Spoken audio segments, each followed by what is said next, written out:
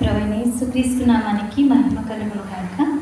వింటున్న మీ అందరికీ కూడా నా ప్రత్యేకమైన వందనాలు. బైబిల్ గ్రంథం ద్వారా మనం ఏం తెలుసుకోవాలి?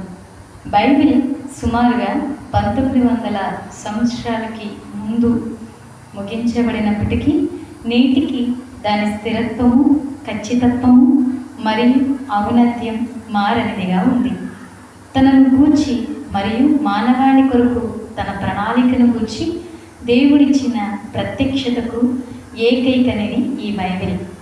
ఏ కాలములలో అది వ్రాయబడినా నేటికి ప్రజల పరిస్థితులకు కూడా దాని సందేశం వర్తిస్తుంది. వైజ్ఞానిక పరిశోధనలు మరియు పరిశీలనలు ద్వారా నిర్ధారించబడిన ప్రకృతిక ప్రపంచమును గూర్చిన గొప్ప సమాచారం బైబిల్లో ఉంది.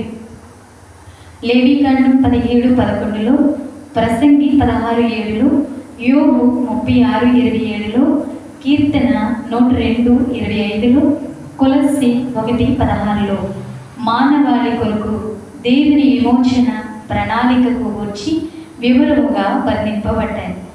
ఏ సైకాలజీ పుస్తకంలో లేనంతగా మానవ పరిస్థితిని గూర్చి బైబిల్ తెలియపరుస్తుంది. బైబిల్ అంత గొప్పది.